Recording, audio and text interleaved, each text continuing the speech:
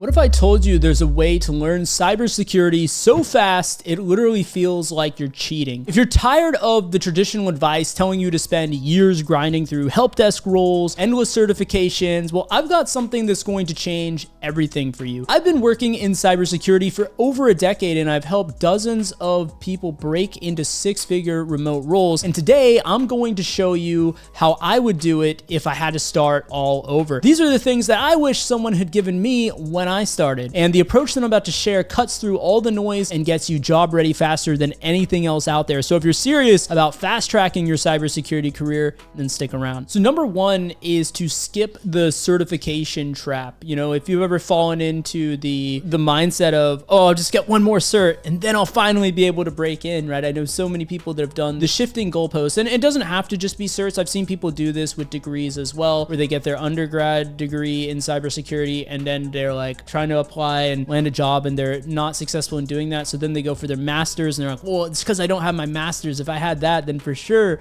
I'd get in the field. And then they still have trouble. And, you know, you could do this with either one. But, you know, if you have this big plan, because, you know, I'm speaking to myself, right? Because when I first started, I remember I had this list of like 9 different certifications that I was going to get. Now, I was already working in the field at that point, but I even slipped in, even as someone that was working in the field, I slipped into this trap of being like, you know, as a way to fight the imposter syndrome, to be like, oh, okay, well, if I had all of these, then there's no way I wouldn't be an absolute expert, right? You know, the reality is that when it comes to leveling up in the field and, you know, getting better jobs, better pay, working for the dream companies, wherever you want to work, whatever condition you're looking for, these employers, they want proof of work, not just paper. I would say that certifications are useful. I'm not saying don't get them, but don't fall in the trap of just endlessly pursuing certifications. I would say focus on 1 to 2 strategic certs at max. You know, if you're interested in the defensive side, maybe something like Security Plus is a good catch-all, offense or defense. But, you know, on the defensive side, you can go for something like the SAL 1 by TryHackMe. And on the offensive side, you go for OSCP or PNPT or anything like that. The most important thing, though, is you want to pair this with real-world projects and preferably, if you can, actual experience. Like if you can create your own experience, that's going to be the best thing. Because if you can show you have work experience, that's going to be more powerful than any certification that you can have. So just think, do you know anyone out there that is a software developer? Do you know any people working for small companies out there that you could reach out to just kind of get your foot in the door? You could offer like a free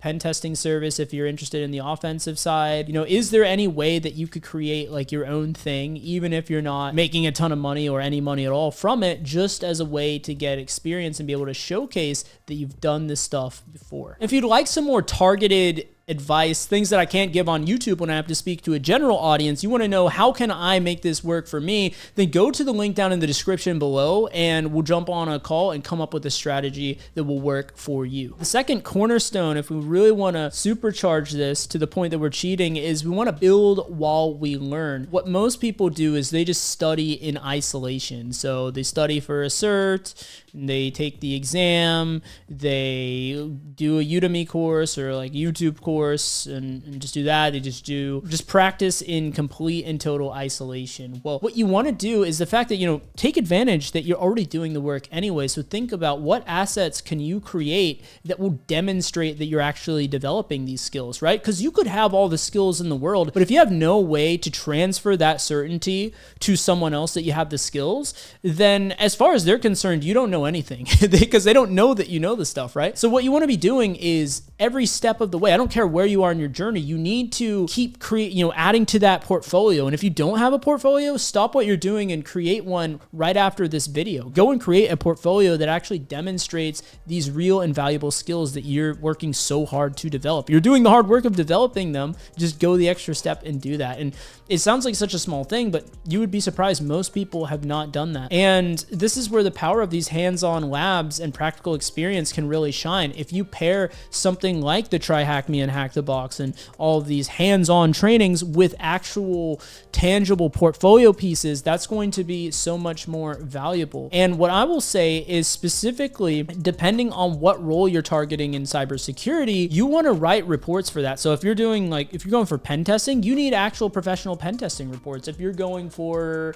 something on the defensive side, like digital forensics, write forensics reports and get them reviewed by a professional in the field. That way, not only do you have pieces for your portfolio, but you have professionally peer-reviewed pieces, things that are really absolutely going to stand out to other professionals, because I can tell you firsthand that if I see a professional report, that's going to stand out to me versus like 98% of what I see online out there when people write reports. But if you just learn by doing, that's going to accelerate your rate at which you can learn this stuff so much faster. Like, I went the traditional route. I went to college for cybersecurity, and after the 4-year college degree, actually took me 5 years because I changed my major my senior year, but that's a whole nother story. After all that, I found out that I had to go and I had to learn this stuff on my own for another couple years. And I started learning it while I was in college, but it ended up being 3 years total of learning on my own till I could get into the field. All that could be shortcutted if I was just learning from day one, the hands-on stuff.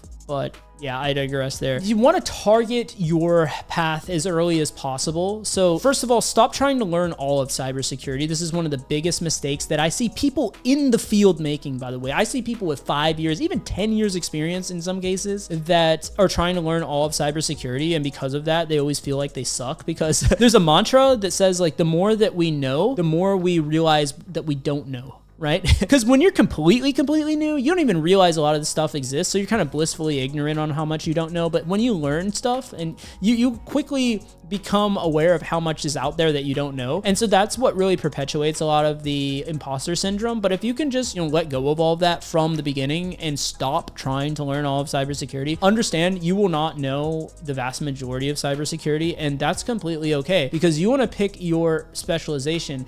What do you want to focus on? Offensive, defensive, and within that, how specific can you get? What do you really want to target? In the very, very beginning, you want to have a broad set of knowledge. You want to focus on those core aspects that are going to come up in pretty much all job interviews. Things like web security, network security, Active Directory, probably even AI. Now that we're in 2025, if you can add that, that would be very valuable, because that's something that's high in demand that not a lot of people know. Once you cover your basics, you really want to figure out, like, what do you want to specialize in, and really hone in on that. That way, when you go to apply to these jobs, you can be the perfect fit rather than just being, a good fit for everything, great fit for nothing. And number 4 is that you want to build your inbound system. You want to structure your portfolio and everything so well that ideally, if you could have opportunities come to you, that's what I was able to do in my career, where I had recruiters always reaching out to me on platforms like LinkedIn, on email as well. And that gave me a lot of opportunities, to the point that I never had to formally apply for a job opportunity. Now, I've systemized all of this into what I call my inbound offer engine, but can you create, something similar if you don't have that, right?